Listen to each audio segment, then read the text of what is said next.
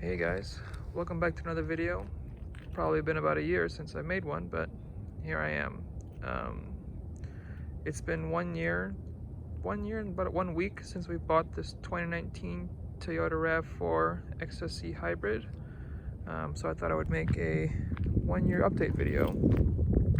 Since the weather was kind of nice today, I thought I would go get it washed and then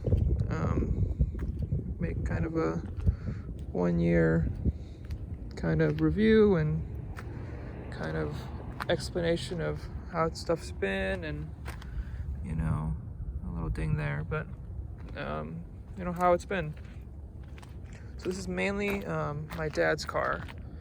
He bought this last year to replace his 2012 Toyota Camry, but as you guys all know, with COVID, a lot of people got made work from home. So he has been working from home since February, so he really only got 3 months of commuting with his new car. So because of that, he's probably just about 8,000 miles, I think, and most of that I've put on, or it's been put on while driving my sister back and forth to college in St. Louis. Another ding right there. So this thing's been through quite a bit. He works in the city, so when he does go downtown, it does kind of get beat up a little bit. But outside wise, yeah, nothing. I mean, a couple of things in dents. I've noticed, like in here, I don't know if the camera will pick it up, there's quite a few scratches. I think from his ring, like going in and grabbing there's lots of scratches. But otherwise, body is straight with those little dings. Has the LED headlights and halogen fog lights, which work really well. Just the halogen fog lights are just really ugly, but I haven't gotten around or cared enough to really change those out. I did get him a vanity plate. Tried to convince him to take off the front plate, but he wouldn't budge. Black 18-inch wheels, which I think really make it on the XSE. It's really one of the reasons I pushed him to get an XSE over an XLE, which is what he was originally considering. The black roof.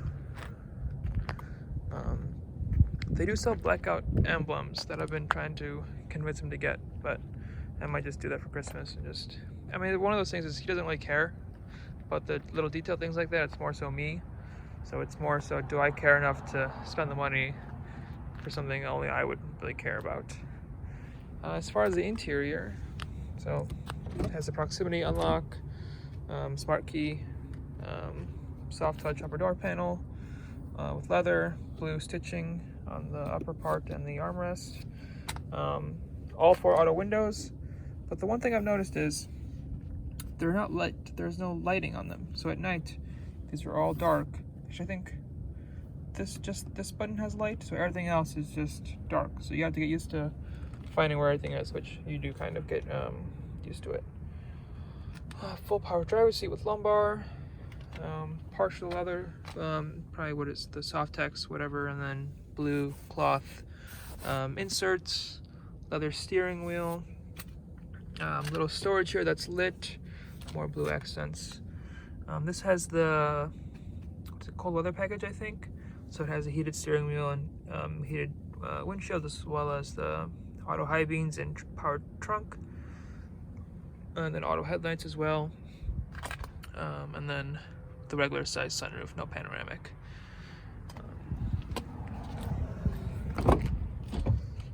Rear seat doesn't really get used much, just some crap in here. As far as space, a good amount.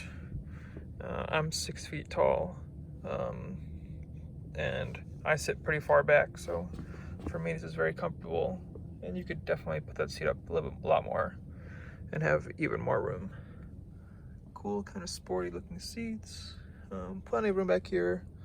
Little cup holders, and the materials fall through. Soft touch in the back. A little another cup holder down there.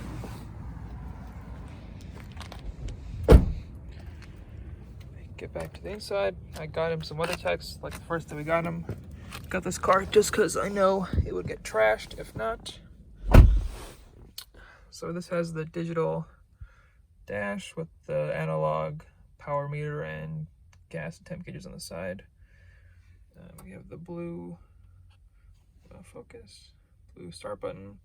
So if I put my foot on the brake and push the button,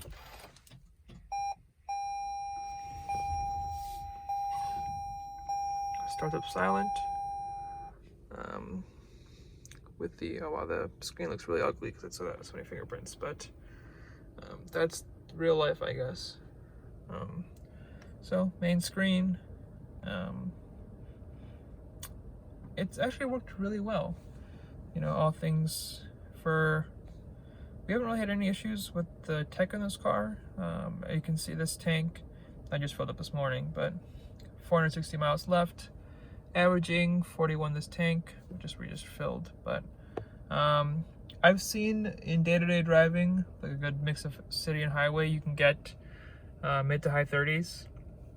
But if you're on the expressway just doing solely highway, and you drive like me where it's like 80 to 90, you're only gonna get like high 20s, which all things considered is really not that bad.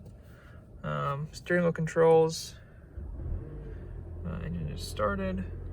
Adaptive cruise control, lane keep assist. You can cycle through all the different options and all the different trip stuff. All kinds of different screens and stuff. Well, I usually just keep it on this. 8-inch Toyota head unit with Apple CarPlay. This one does not have the embedded navigation. We didn't get that because, well, to be honest, we'd never use it. Apple CarPlay has kind of negated that really for us. Our Lexus had it because without the navigation, it kind of felt silly because you got the crappy screen. So with this car, it was kind of not really an important thing for us. Dual zone climate control, heated seats. This I just bought on Amazon actually. It's like a little shelf, so you don't have to clutter this bottom part. You can stick your phone, and I put another garage opener in down here. This has the what do you call it? The rearview mirror, also the digital one. Only one of the things I've noticed now is, you know, the home link has kind of been finicky. We just got a new garage door opener that doesn't like this home link because it keeps resetting and kicking it off. So I'm not sure. Another storage bin here that's lined with rubber so it doesn't slide stuff around. Room for a wallet, other stuff. Electronic parking brake. Hold feature, trail mode. You know, modes. This changes colors, but you can't really tell that in this light. Gear shifter, EV mode, 2 cup holders. I wish these were farther up because it's hard to grab all the way back to grab your stuff. But that's kind of a design I feel like most cars have kind of gone to. Cup holder down there. And kind of a soft touch upper dashboard. So otherwise, he's loved this car. As we can tell, we are at 79.84. I'll probably pass 8,000 today. But yeah, not many miles at all. But we've loved it. Really, our only complaint has been the gas tank issue, which has been kind of a large issue that majority of RAV4 hybrids have experienced, where the distance to empty meter and the gas gauge don't reflect reality is kind of a way to put it. So for example, you'll fill up, the gas gauge won't reflect full and you won't get a full tank in. So your range will be messed up and you'll only be able to get maybe a short amount of range. For example, say you drive all the way to empty, if you let the pump autofill, you may only get in 7 or 8 gallons in a 14-gallon tank, and then you can only drive, 300 miles in a car that can get, 400 or 500. Remedy for that is Toyota should be working on something, as well as if you, instead of letting the pump autofill, if you hold the pump on very slightly and let it trickle in gas, it'll fill by itself correctly. So like last week when I filled up, I managed to get like 11 or 12 gallons in, which made sense. That's how I managed to get like 400 miles to a tank. But if you let it autofill by itself, you'll get like 8 gallons in, and it'll be not even full on the meter. Toyota sent a letter out as far as getting that fixed, but there hasn't been a notification from our dealer yet as far as when the fix will actually happen, or if it's a new tank or a new sending unit. They haven't really explained that yet. Rear view camera with cross-traffic alerts that'll alert us if something goes by. Different views, just keep it in this one. Otherwise, I can't really complain. It's been a fantastic vehicle for us for the last year. Otherwise, I really, as far as vehicles for my dad and what he would have wanted, like, this really just kind of hits all the markers, really. I may make a separate driving video, but I haven't really decided yet. If there is, it'll be added onto the end of this. But realistically, you guys will have seen either my last video where I drove it, or other videos of RAV4's driving if you really care about it. Otherwise, it's not really much to see. It's quiet and kind of boring, which you should expect from a car like this. This is not anything exciting. If you buy this to be exciting, you have bought the wrong vehicle.